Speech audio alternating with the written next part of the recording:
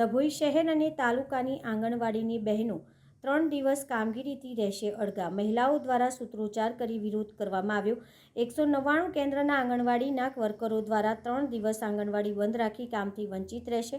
આશરે 400 જેટલી મહિલા કર્મચારી આંગણવાડી બહેનોની માંગો પૂરી નહીં થતાં કામગીરીથી રહેશે દૂર। સમગ્ર કામગીરી મોબાઈલથી થતી હોય પણ મોબાઈલ હેંગ થવા લાગ્યા છે। નવા મોબાઈલની વ્યવસ્થા નથી। વેતન વધારાનો પ્રશ્ન પણ યથાવત છે। આંગણવાડી એપ્લિકેશનમાં સતત ટેકનિકલ ખામીઓ સર્જાતી હોય કામગીરી કરવામાં મુશ્કેલી પડે છે। બહેનોએ લેખિત અરજી કરી 5 માર્ચથી ઓનલાઈન કામગીરી બંધ રાખવાનો નિર્ણય કર્યો હોવા છતાં ICDS કચેરી દ્વારા કરાય છે દબાણ।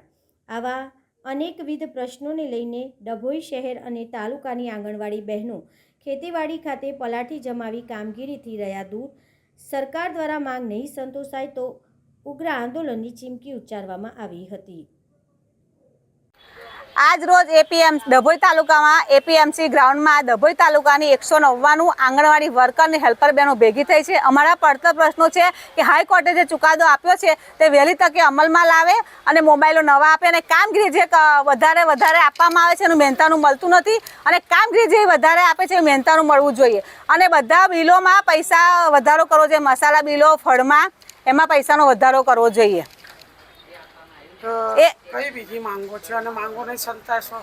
માંગો તો અમારી પગાર વધારો છે। કામગીરી ઓછી કરે ને કામગીરી વધારે કરાવી હોય તો અમને પગારમાં વધારો કરે અને સરકાર પગાર વધારો નહીં કરે તો અમે ઉગ્ર આંદોલન કરીશું। અમારા યુનિયન મારફતે જે કહેશે કરવામાં આવશે। આજ રોજ અમે આંગણવાડી વર્કર બહેનો હેલ્પર બહેનો અને ત્યારબાદ APMC ગ્રાઉન્ડમાં અમે જે બહેનો એકત્રિત થઈને યુનિયનના આદેશ મુજબ આજે અમે અહીં આગળ ધરણા ધર્યા છે। ત્યારબાદ એમાં શું છે કે એપ્લિકેશનો જે અમને સરકારશ્રી આપે છે એ એપ્લિકેશનમાં બરાબર ચાલતી જ નથી। ત્યારબાદ FRS હમણાં કરીએ છીએ, ત્યારબાદ AVT આવી છે। કોઈપણ કામ કરવા જઈએ છીએ તેમાં સમય વધુ બગડે છે અને એપ્લિકેશનમાં સુધારો થાય એવી એપ્લિકેશનો અમને આપો કે જેથી કરીને અમે એ કામ કરી શકીએ અને કામ અમને કરવામાં કોઈ તકલીફ હોતી નથી। અમે કામ કરવા માટે બંધાયેલા જ છે। હવે તમારી શું માંગણી? હવે અમારા જે આ પ્રશ્નો છે બધા પડતર પ્રશ્નો અમે તો વર્ષોથી કહેતા જ આવ્યા છે કે આટલા પ્રશ્નો છે પણ અમારા કોઈ પ્રશ્નોનું નિરાકરણ થતું નથી। નિરાકરણ નહીં આવતો હવે શું કરશો આગળનું? અત્યારે અમે 3 દિવસના કામથી અળગા રહેવામાં રહ્યા છે।